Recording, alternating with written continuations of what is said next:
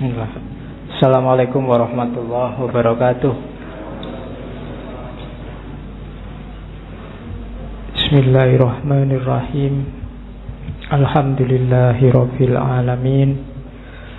Wa bihi nasta'inu ala umurid dunya waddin. Hati untuk nafsu, untuk nyawa, untuk rasa, untuk cahaya, dan untuk atma. Ini narasinya bagus. Ada aspek toponya, ada aspek zakatnya. Topo itu ke dalam, zakat itu keluar. Untuk mencari keutamaan badan, toponya adalah sopan santunlah. Zakatnya gemar berbuat baik. Maka kamu akan bisa menguasai energi badanmu, energi jasmaniahmu. Jadi sopan santunlah, beradablah, dan berbuatlah baik. Yang kedua untuk hatimu, toponya ada dua. Toponya adalah rela dan sabar. Zakatnya jangan berprasangka buruk, jangan suudzon pada orang lain, jangan percaya hoak. Ya, topomu itu, zakatmu itu. Toponya rela dan sabar. Nafsu, untuk melatih nafsu, toponya adalah ikhlas. Nafsu itu selalu menuntut, meminta sesuatu, berpamrih. Jalan keluarnya apa? Latih dia untuk ikhlas. Kalau nafsumu terlatih ikhlas, dia akan lebih mudah dikontrol. Kemudian zakatnya adalah tangguh menghadapi ujian, kesengsaraan, dan pemaaf. Jadi nafsumu akan bagus kalau dia tangguh, tidak gampang tergoda, dan pemaaf. Karena begitu kamu nggak memaafkan, yang tersisa dalam dirimu hanya dendam. Dan dendam itu yang rusak bukan yang kamu dendami, tapi dirimu sendiri. Nah, itu lakunya nafsu. Sekarang kan lagi tren tidak memaafkan di Indonesia. Ya, apapun itu. Ya, meskipun bahasanya halus. Ya, maaf sih saya maafkan, tapi urusan hukum jalan terus. Itu sama aja tidak memaafkan. Ya. Dan kamu mau dibodohi dengan kalimat-kalimat semacam itu. Loh, ini kan sudah ranahnya hukum. Ya, berarti kamu tidak memaafkan. Nah, itu berarti kamu tidak menjalankan toponya nafsu. Terus nyawa atau roh. Rohmu akan tersucikan kalau kamu topo jujur. Dan zakatnya, perilaku keluarnya tidak mengganggu orang lain, tidak mencela orang lain. Hari ini mungkin roh kita agak surem, agak tidak jernih, karena banyak di antara kita yang mencela orang yang tidak sefaham dengan kita. Dibikin-bikinkan cerita palsu bahkan. Dibikinkan mitos-mitos palsu, narasi-narasi palsu yang hari ini kita kenal dengan hoak itu. Itu menunjukkan bahwa jiwa kita, roh kita sebenarnya sedang keruh warnanya. Terus rasa, intuisi. Kalau ingin intuisi kita tajam, toponya adalah lakukan keutamaan, kebajikan. Hidup ini banyak pilihan dan kita pasti sudah ngerti ini baik, ini buruk, ini bijaksana, ini ngawur. Pilih yang utama terus. Maka intuisi kita akan tajam. Dan zakatnya adalah diam, menyesali kesalahan dan bertobat. Masih merasa bahwa kita punya banyak salah terus bertobat. Jadi kalau nyawa kita keruh karena kita tidak mencela, maka intuisi kita keruh kalau kita merasa selalu benar. Ketika intuisi kita keruh, ya kita tidak akan jernih melihat mana yang benar, mana yang salah. Lama-lama yang salah kita anggap benar. Terus cahaya. Nah, ini semakin masuk. Ini kan nyawa, dalam nyawa ada cahaya, dalam cahaya nanti intinya ada dimensi ketuhanan namanya atma. Jadi ini badan itu kan yang fisik, masuk lagi hati, dalam hati ada nafsu, Masuk ke dalam lagi ada roh, masuk ke dalam lagi ada rasa, masuk ke dalam lagi ada cahaya, masuk ke dalam lagi ada atma. Kalau cahaya, tidak cuma yang utama, tapi yang suci. Dan zakatnya ikhlas total pada Allah. Kalau atma, atma itu intinya, hayu namanya, hayu bahasa Jawanya, kehidupan yang itu dari rohnya Allah. Untuk kita bisa nyampe ke sana, kalau bahasa Jawanya eling lan waspodo, awas dan selalu ingat. Kalau kita bisa menjalankan ini, maka hidup kita akan berkualitas. Jadi itu semua kan semacam rangkuman akhlak-akhlak mulia kalau kita belajar dunia tasawuf amali.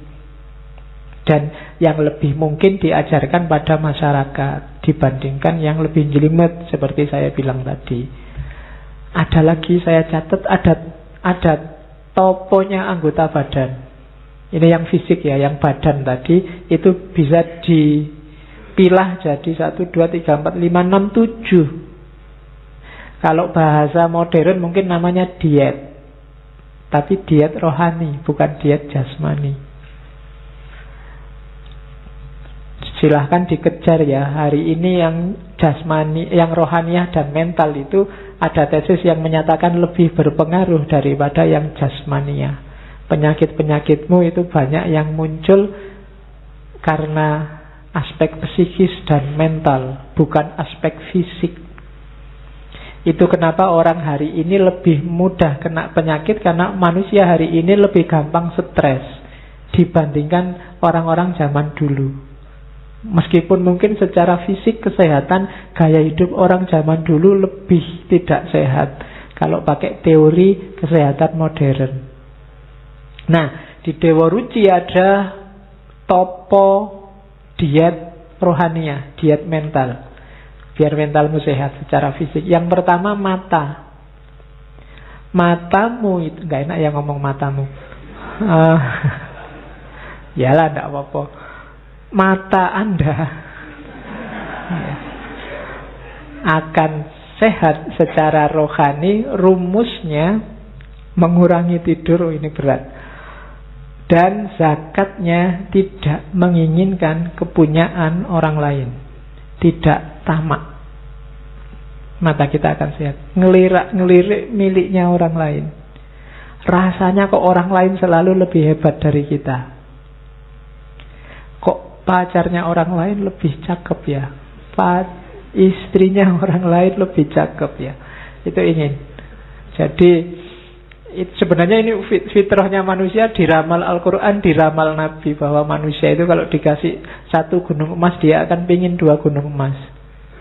Sudah punya 1 istri cantik, masih mimpi punya 2 istri cantik, punya 2 pingin 3. Kalau nggak dibatasi bisa sebanyak-banyaknya. Ya, topolah. Jadi jangan menginginkan miliknya orang lain. Terus telinga. Kalau telinga, toponya adalah mencegah hawa nafsu. Dan yang kedua, jangan mendengarkan kata-kata yang buruk. Jangan salah, telinga ini pintu yang susah sekali dicegah masuknya sesuatu. Hindarilah yang ada kemungkinan sesuatu yang jelek masuk. Sesuatu yang jelek itu bisa caci maki, omongan jelek, teori-teori yang menyesatkan, konsep-konsep yang bikin kita terlena, macam-macam.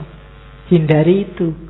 Karena kalau itu masuk lewat telingamu, dia segera masuk ke kepalamu, ke otak. Kalau kamu nggak mau nerima, dia akan tersimpan di bawah sadarmu. Kadang-kadang nyetir kamu, tapi kamu nggak terasa. Jadi mata sama telinga penting untuk menjernihkan hati dan pikiranmu. Maka puasalah mendengarkan yang tidak penting. Dan mata juga puasalah melihat yang tidak penting, yang itu simbolnya miliknya orang lain. Jadi itu. Terus hidung. Kalau hidung mengurangi minum. Terus tidak suka mencela keburukan orang lain. Jadi jangan suka mencela orang lain.